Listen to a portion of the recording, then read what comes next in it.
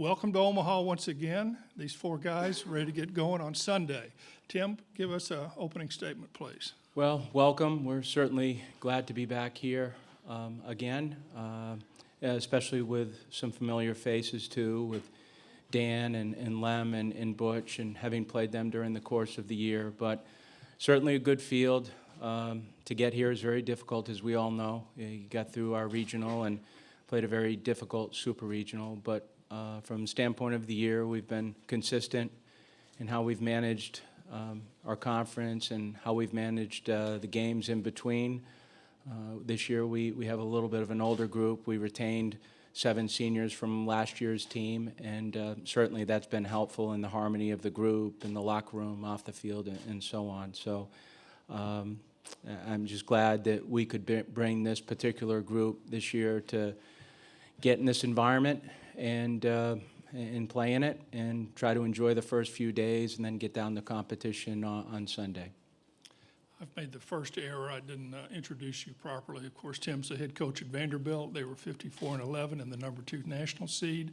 Their SID is Andrew Pate. Andrew, there he is in the back. Of course, they won the Nashville Regional and then defeated Duke 2-1 in the Super. Next, Dan McDonald, and coach at Louisville, his SID, Stephen Williams. There's Steve back there. 49-16 on the season, the number 7 national seed. They won their regional at Louisville and defeated East Carolina 2-0 in the Super. Dan? Yeah, thanks. Honored and excited to be here. This never gets old, and we know how difficult it is to get here. There's so much parity in college baseball that, you know, it's a great accomplishment. Really proud of our players, our coaching staff, our support staff. You know, we win with a lot of great people at the University of Louisville, so I'm really proud and happy for them. Also want to congratulate the other 7 teams here. As I said, it's just not easy to get to Omaha. So this is a goal that we set out at the beginning of the year and even before the season starts. So it's just a lot of hard work that goes behind this, and honored to be here. Obviously, I got, you know, one of my best friends here to my left, and this guy to my right. We've coached against each other for many, many years. So something we've always said, if we had to play each other, we'd much rather play each other in Omaha. That is just not fun going against these guys in a regional or a super regional, because, you know, the goal is to get to Omaha, and you hate knocking off somebody that you're friends with or you respect so much. And so here we are about to play each other. Of course, Vanderbilt and Louisville in the 1 o'clock game on Sunday. The 6:30 game, Mississippi State versus Auburn. Mississippi State coach Chris Lemonis, SID Greg Campbell. Raise your hand. There you go, Greg. Bulldogs 51-13 on the season. They're the number 6 national seed. Won regional in Starkville and the super regional over Stanford 2-0. Chris? Well, we're excited. I say we're excited to be back. I know our kids have been super excited, our fans, our coaches. Probably a different, unique situation where you have a team that was here last year and a new coach. So our kids have been, you know, really focused on getting back here. That's, I know what every team in the country has, but our group is, after the loss they had last year, it's been a piece they've talked about, and it is so hard to get here. It's a veteran group. You know, we have some guys who've played here. Our group's played, and some of our seniors have played in 4 super regionals and 2 Omaha experiences. So for them, it's been a fun ride, but with a lot of different head coaches during that time. And you know, I'm happy to be here with those guys. I feel like we got a talented group. They've been real consistent over the year. We're pretty much you know, an older pitching staff, and we have some nice pieces in the bullpen, and then a lineup of some older guys. And I know the Jake Manghams and the Ethan Smalls. They're excited to play here and play in front of these great crowds in the city of Omaha. It's a special place, and I've had an opportunity to be here a couple times as an assistant, and the first time as a head coach. It's awesome to be here, you know, with your. He said I was one of his best friends, so I say best friend. So he's a godparent of my kids and everything else. So we've coached together and everything else. Now we have a huge Citadel group coming, and so you can imagine all our teammates and everything will be a part of it. And it's just it's a neat thing. I felt the pressure because he was in Omaha before we ever played our super regional game. So I was sitting there thinking, man, I don't want to blow this. I'd love to be able to go out there and be there with one of my teammates. So it's a neat thing. It's a good group. I'm sure we'll have a lot of Mississippi State fans in the city, and we're looking forward to them all getting here. If I'd have said best friend, I'd have had all the other pals in our group getting all over me. So I had to say one of my best friends. I'm just joking. 'cause- I'm just giving you a hard time. Butch Thompson, the head coach at Auburn. George Nunley, George there in the back. Auburn 38-26, won the Atlanta Regional, and then went to North Carolina and beat the Tar Heels 2-1 in the Super. Thankful to be here, thankful to represent a great university, and Auburn University that has not been in this tournament since 1997. And, you know, on behalf of our 51 guys that have went on to play in the major leagues and everybody that's put our uniform on, it's either coached it to try to make it better or put an effort in playing, and every fan that has invested and supported us, this is for you.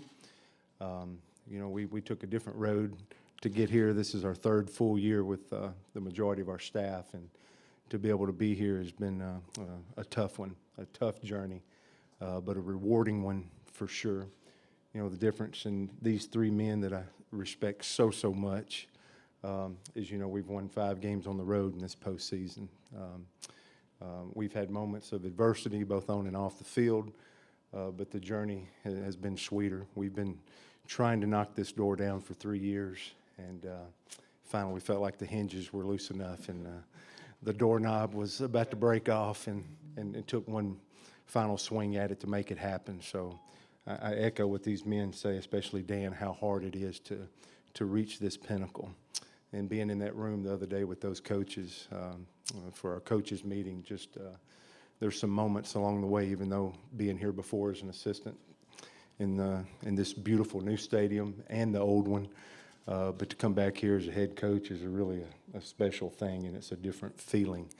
And these men have been part of the journey of trying to get a roster together that would be competitive against these teams. It's been something to shoot for. And when you think of iron sharpens iron, I think of these three men to the right of helping you trying to do what they did and then leading the way. So I thank you guys for giving us something to chase.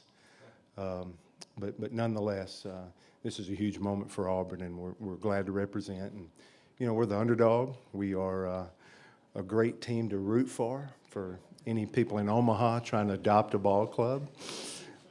With being the first time, it's a neat story. And Greg Olson's one of our greatest players that chose Auburn from being right here in Omaha, Nebraska. So maybe that's another good reason to pull for us too. Okay, before we open up for questions, coaches, can we get your starting pitchers for your games on Sunday? Tim, Drake Fellows. Dan? Sophomore left-handed pitcher Reed Detmers. Ethan Small. Jack Owen. Okay, that takes care of one question. Okay, we have right here in the middle, Suzanne. Adam Sparks of Tennessee, and this is for Tim Corbin. Tim, the seasons of each of these guys, each of these programs are defined of whether or not you get to Omaha. Now that you're at Omaha, how do you reset the expectations?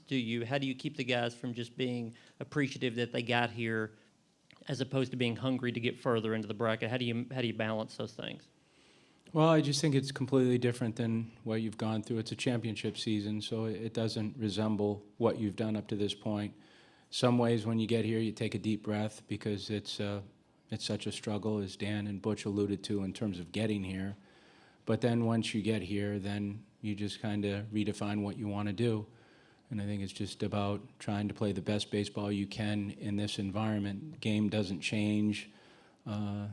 The outside, the ancillary components of the tournament change a little bit, but it still just becomes baseball. But where we're taking a group of guys that haven't been here before is unique in some ways, but you know, everyone gets here at some point for the first time, and it's just really about settling in and just trying to center yourselves mentally and physically to play good baseball.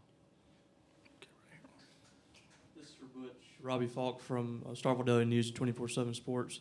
Butch, you recruited a lot of these guys on this Mississippi State team, and specifically about Ethan Small. You saw him in high school, and hard-throwing guy coming out of high school. He had the UCL injury, and he's come back and become a little bit different pitcher over the last few years. What have you seen in his development from those high school days and his freshman year when he was pitching to this point?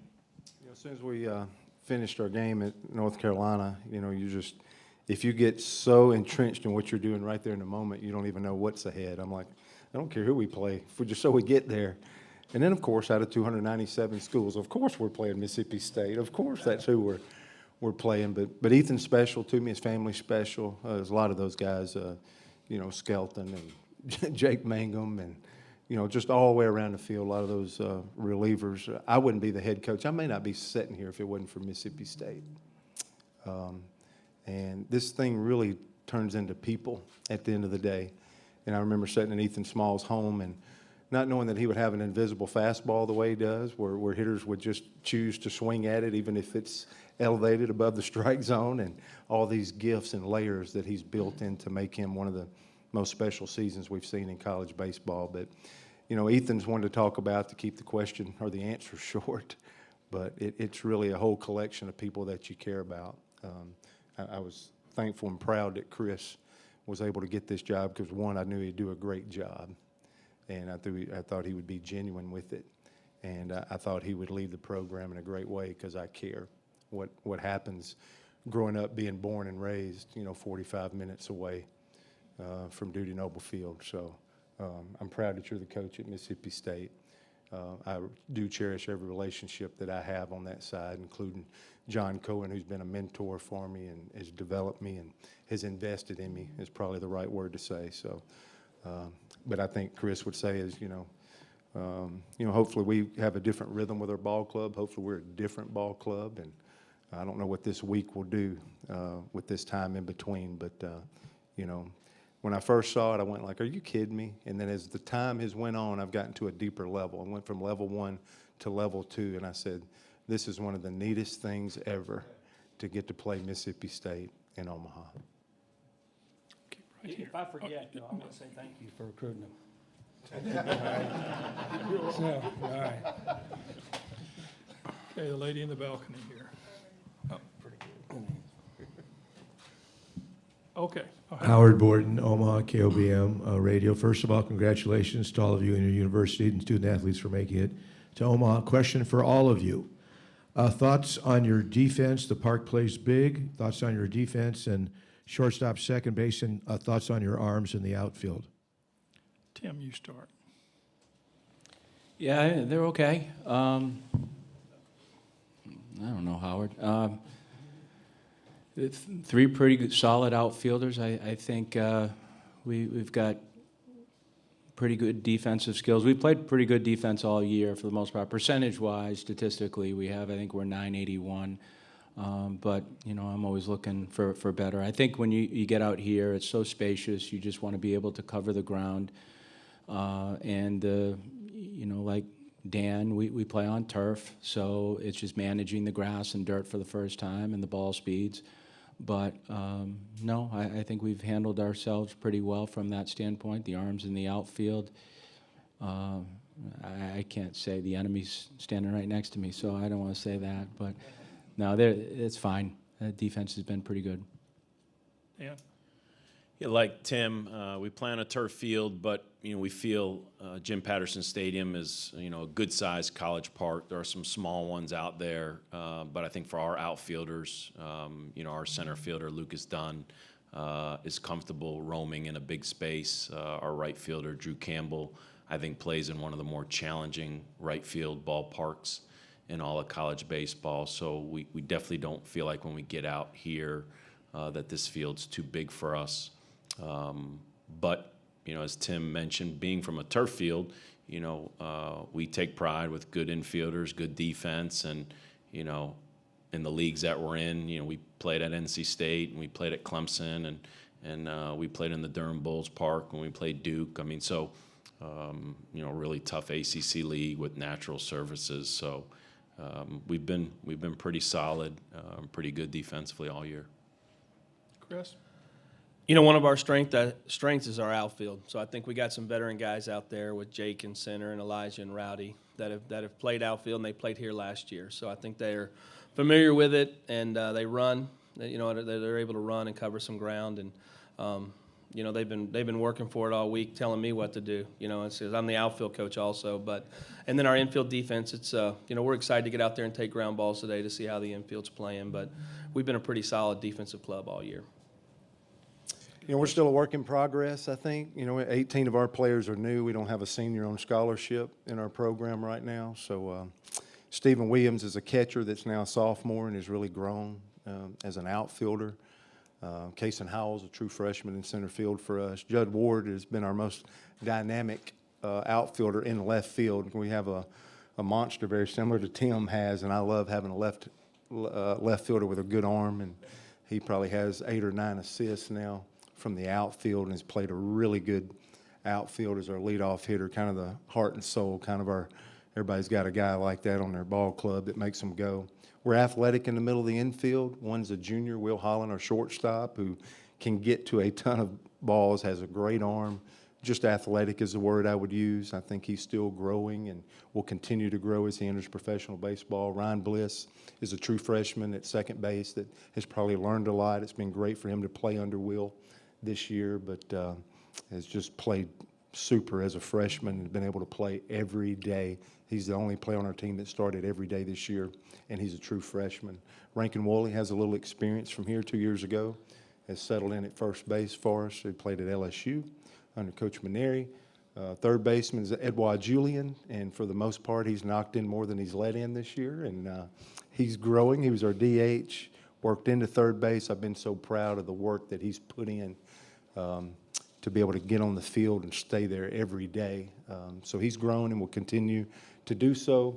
Matt Scheffler, a first-year catcher, is a junior, has just done a serviceable job and has probably caught more. We have caught one catcher this year, and you can imagine this time of year how much mileage that is on a guy, but a great athlete, a great servant for our pitching staff, and a solid but yet still a work in progress.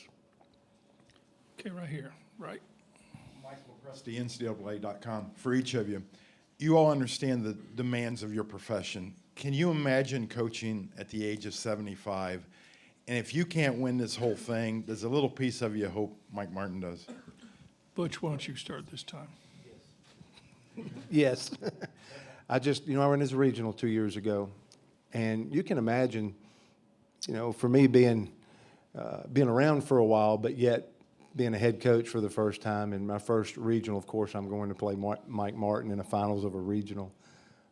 Really neat to have to pinch myself, that experience. But, you know, I came away with, you start thinking about the 40 wins for 40 years, my brain really can't wrap around it in the world that I feel like that we live in for that model of consistency. But my takeaway was how good he was as a person and how he treated me. I had not gotten to experience that before, how good of a human being that he was. So I answer it yes quickly and easily, but it's really because of how he's treated me and how he makes others feel and what he's done for our game. It's all of it's good.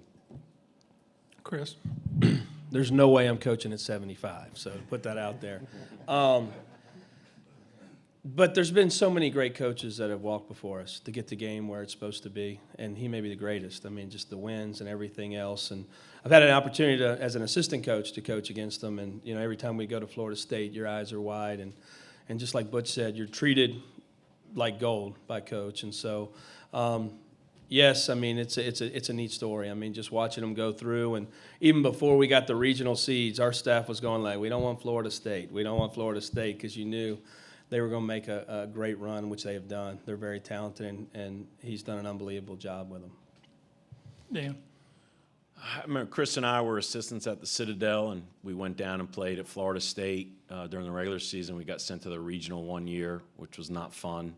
But I get a lot of respect for coaches and look back as to how did they treat you when you were an assistant. And I just remember how well he treated us. 5 years ago, I had my first conference call with the ACC coaches on the phone. And I don't get starstruck too much, but you know, every coach called out their name and what school they were from, and I'm just sitting there in my office, sounding bold and confident, and I'm thinking, wow, man, there are some legends in the game in this league. You better be ready to compete. And over the 5 years, it's been a real joy just coaching against them, because you know if you beat him, he's going to be so complimentary. And if he beats you, he's going to be so gracious and never to make you feel bad. It's one of the neatest handshakes you could have after a game, win or lose. You could tell it's a genuine, sweet, kind person. And I think the older we get, the more we realize we can be successful, because we're pretty good with X's and O's, and we can recruit and work hard, but there's a lot more factors that go into being successful. And you learn from a guy like 11, as we call him in the ACC, how you treat people, and goes a long way.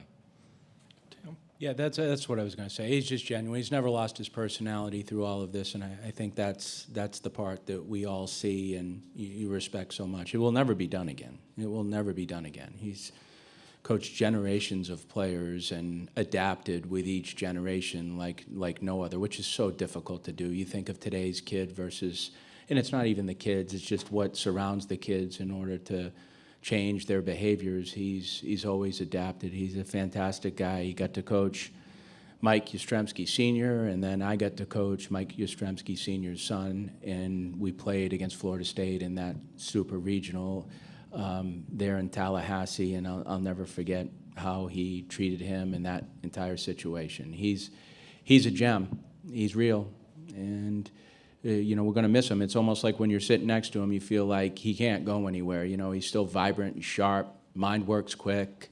He's sharper than most, and it's going to be unique not to have him around.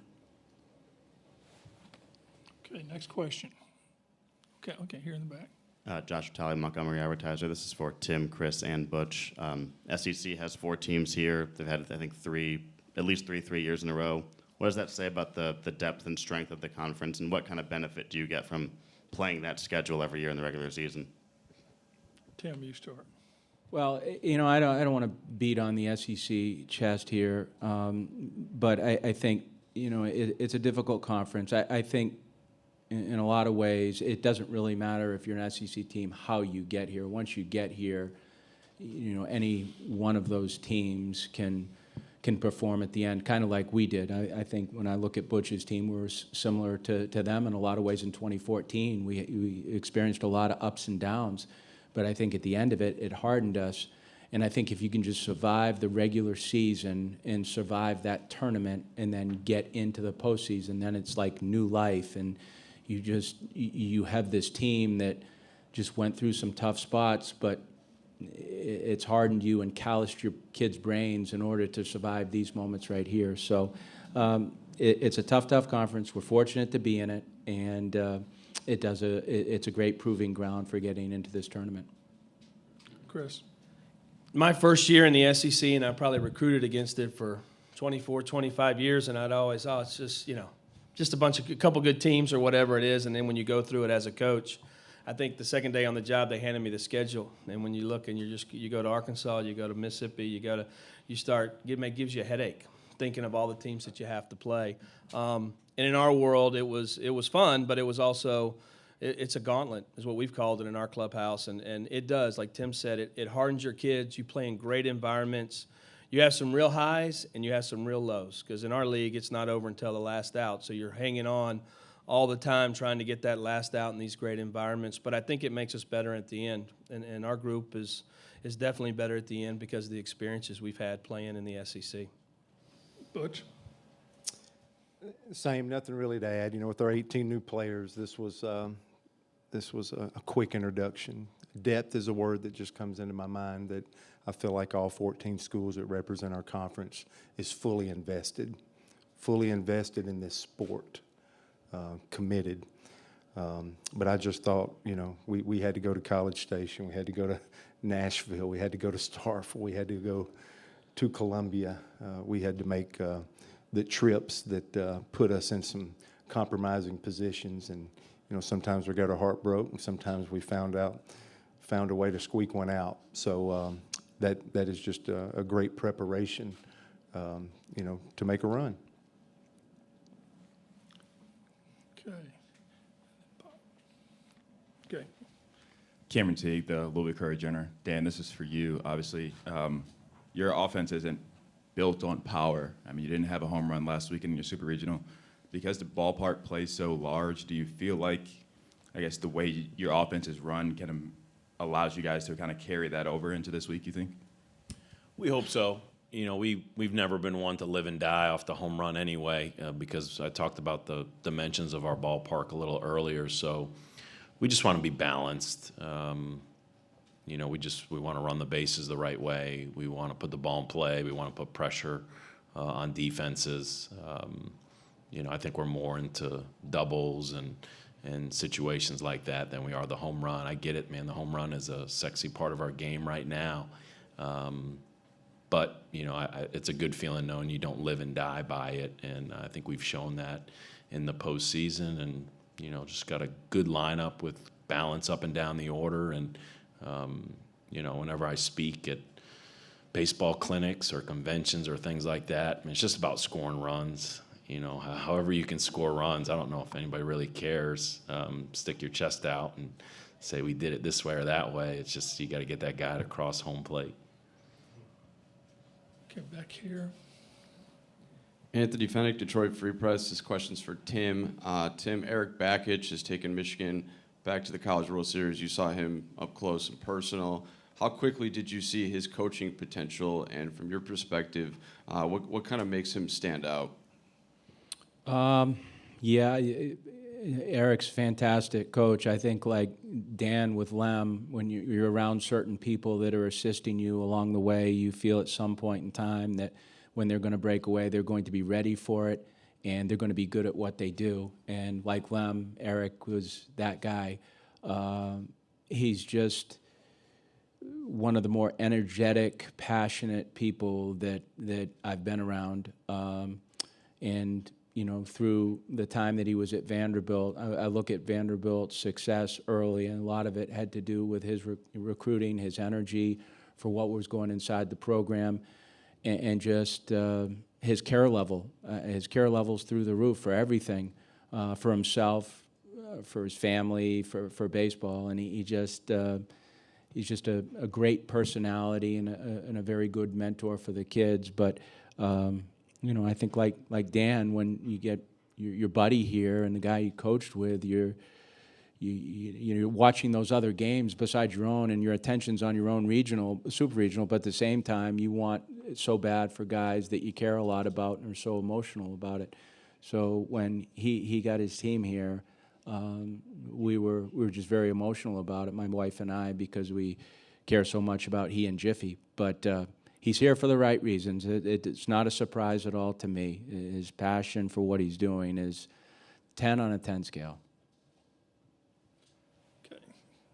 Anyone's got something? Eric Olson with the Associated Press. This is for anyone who wants to answer, but really the three SEC coaches, because you've seen them. Arkansas being back here after what happened last year with the foul ball that didn't get caught.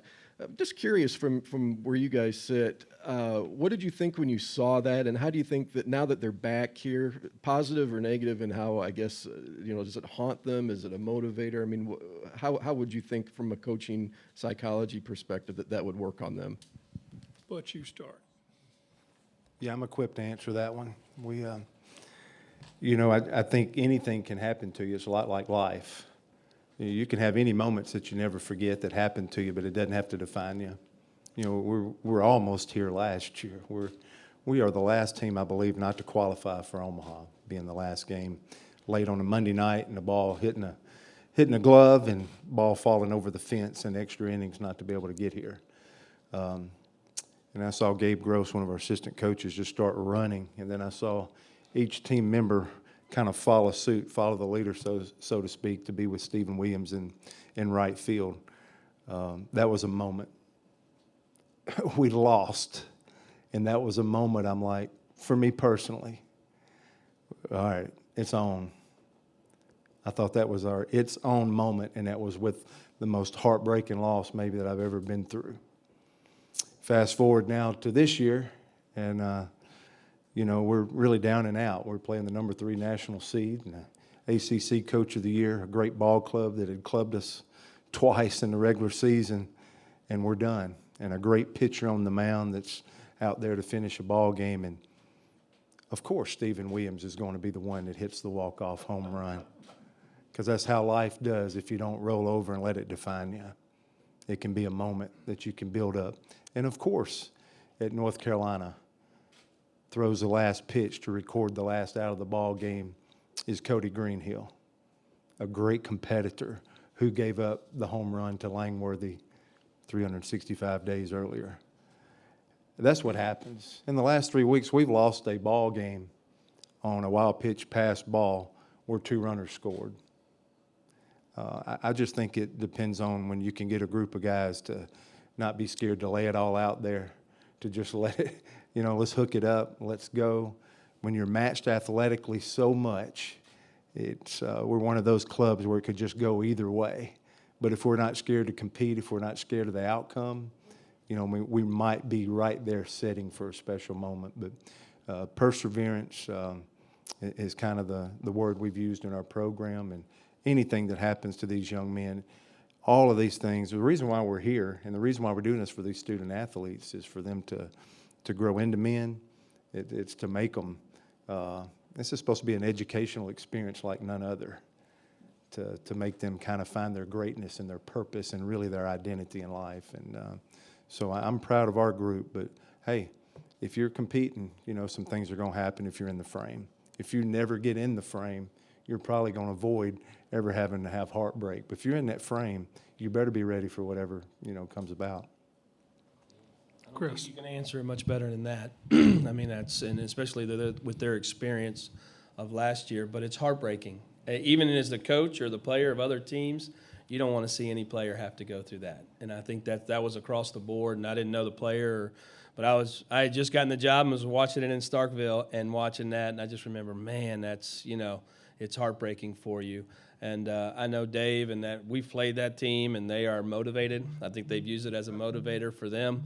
They were really good against us. And in our world, one of the reasons our kids have so much success when they leave is they have the ability to take a punch. And I think that's in baseball different than any other sport, is our failure rate's so high in our sport. I mean, and from my best player to my worst player, everybody's been in a slump. Everybody's had a bad game. Everybody's gone 0 for 4, and they've all been there at some point, but I think that's the piece that Butch hit. I think he hit it right on the head. Tim. No one's immune from those moments. It happens to everyone. Yeah, that equipped them for this. They're certainly a dangerous team. I think that in and of itself was a component to Arkansas's success moving forward. Okay, Bob. Bob Holt, Arkansas Democrat Gazette. This question for Tim, a little bit of a follow-up, but Arkansas has only got 3 position starters back from that team, and Fletcher in center is the only guy playing the same spot. How impressed are you, knowing their program and Dave like you do, that they make it back here with so much roster turnover in their starting lineup? Yeah, there's roster turnover, but when you're on the other side, you're not looking at Arkansas that way. I'm looking at Arkansas like, Goodhart. That's a guy that steps right into their lineup and almost hits 400. I mean, I look at that roster much like I looked at them last year. That's Arkansas. They're going to have a good team. Dave's always going to have good players. Tony did such a nice job in recruiting for them before he left to Tennessee, and I just thought that with their change in assistants, they were going to continue down the same path and get good players. So I don't look at their roster as a lot of new kids. I just look at them as, wow, this is Arkansas again, dangerous, skilled, hit. We got a 5th-year senior who plays first base who looks like he's 40 years old and hits balls all over the yard. I mean, I'm not buying it. They're good. They're Arkansas.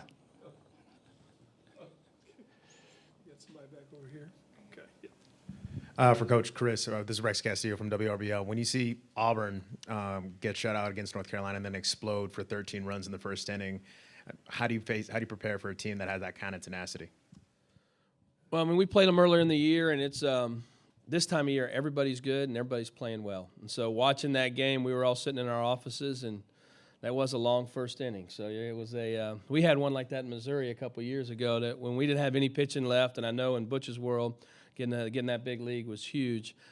We know we're just facing a great opponent, an opponent that's familiar with us, and we're familiar with them, and it'll be a great game to be able to go out there and compete. But we do know we're playing a hot team that's coming in and playing well.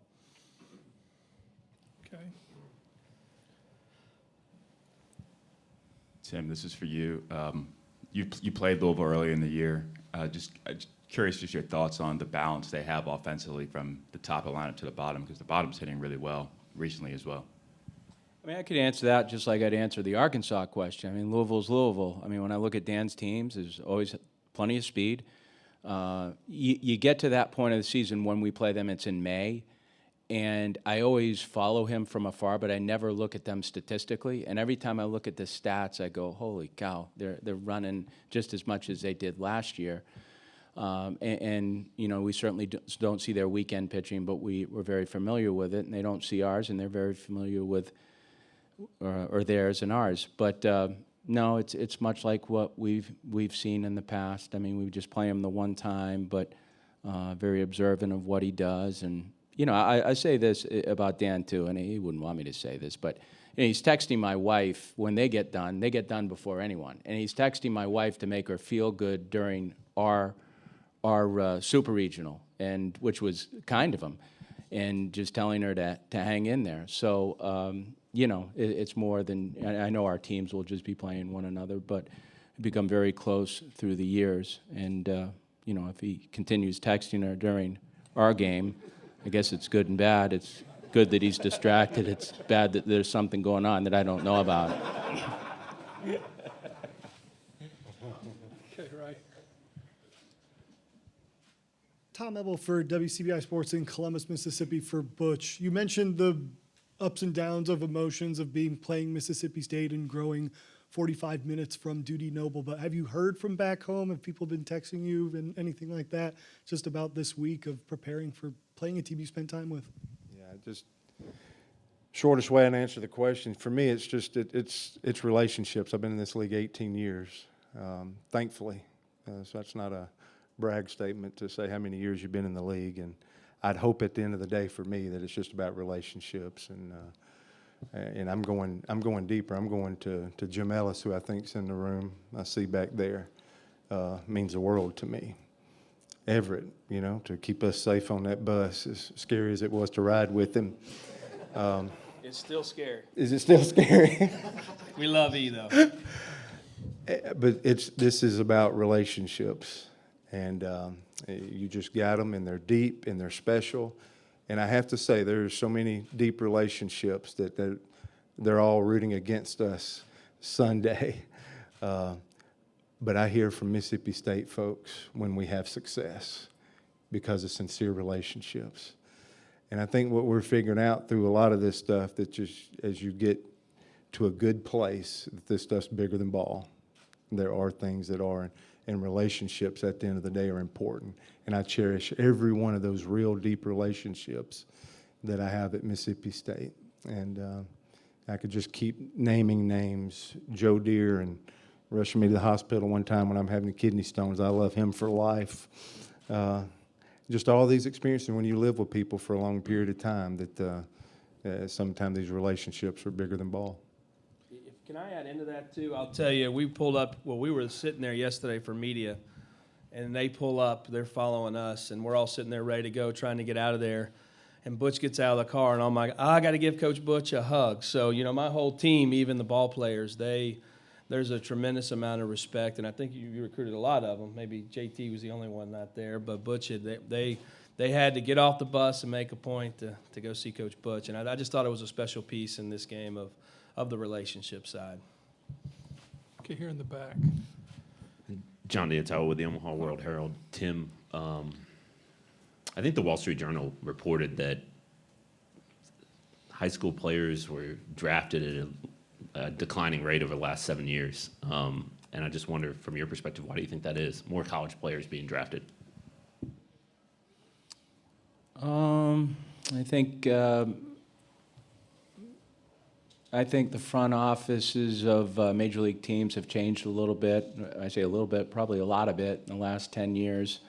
They're more collegiate in nature, and because of that, they've probably taken an approach to drafting college kids because I think they're more trustworthy. When you're 21, 22 years of age and you've experienced college or the ACC or the SEC or the Big 12 for a point in time and you've been successful at it, then there's a trust factor that goes into spending money on a young man, and they've got business to do. And if they're going to make an investment, their investment's more towards a nice stock, a trustworthy stock, and I think that's what's happened. Okay, right here.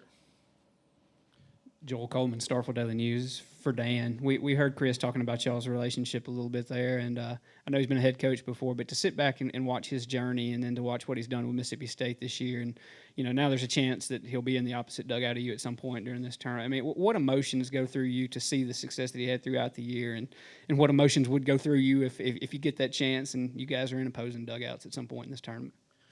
Like Tim mentioned about Eric, you wouldn't be where you're at with the success without great people around you, and got the chance to coach with Chris at the Citadel and at Louisville. And so, people I knew down at Mississippi State when he got the job, I just said, hey, man, you got a star. And I don't know if all your fans realize that, but they will soon. We know inside of college baseball usually who the stars are. Sometimes we don't, but I was very clear this guy's a star. And had no doubt he would run in there and do great things. And as these guys mentioned, you're playing, you're trying to help your team advance, but your eyes are on the other games as well, and the relationships you have and the people you're pulling for. And don't let Tim fool you now. My wife Julianne's good friends with Maggie, and we meet up in the Cape, and we have dinner. And I think the longer we do this, our wives go through this, the good and bad, the highs and the lows. And so just so proud of him because we played together. I mean, we coached together. We were in each other's weddings. It's family. It's his daughters and my sons. They act like family. Our wives are best friends. So it's really neat, and you don't ever want to coach. I got to coach against him when he was at Indiana, and that wasn't a lot of fun. But as I said, if you're going to have to cross paths, this is the place to do it, as opposed to the earlier stages. So just so much respect for him, and so it's fun. It's fun. The older I get, and the more relationships I have, just following other programs out there. And it's not that you're ever really rooting against the other team, because there's a good chance you probably know that coach and you know how hard he's worked. But there are those special relationships. And I think for Chris and I, it's been a celebration of the Citadel. That's because where we came from, a small military school in Charleston, South Carolina. And, I often wonder how his players think, this guy went to a military school? Just with his personality and how jolly he is. But as I've often said, man, it's a fierce competitor. So don't let the smile and the jokes fool you. When it comes time to compete, what I've always loved about him and probably the whole group I played with at the Citadel was, man, we were some competitive kids with a chip on our shoulder. So this is a proud moment for not just the two of us, but for all those Citadel guys we played with, all those guys we coached, all the alumni, of a really neat institution. Okay, any more questions for this group? Yeah, right here. Oh, back here in the back. You got it. Yay. Whitney Harding, WHAS in Louisville. Dan, after the super regional win, you said that you want to come here and be better prepared. So what have you learned in your past experiences here, and where did you want to be more prepared this time?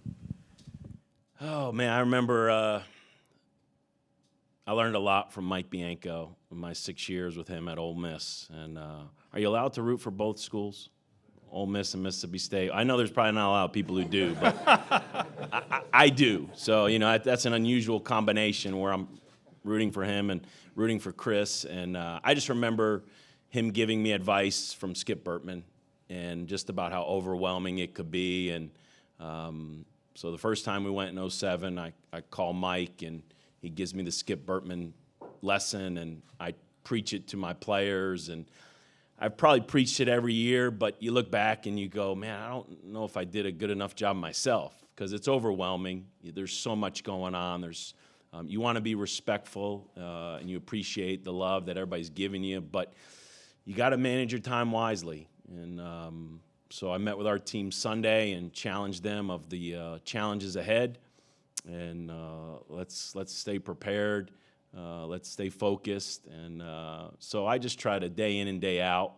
I've probably done less interviews this year, which is a little disappointing because the kids laugh, because usually when I do interviews with people who don't know me, I get called Coach McConnell or some off name of my last name, and the kids just have a blast with that. The players love anything time they can pick on a coach, they love it. So, they call me Donnie McConnell.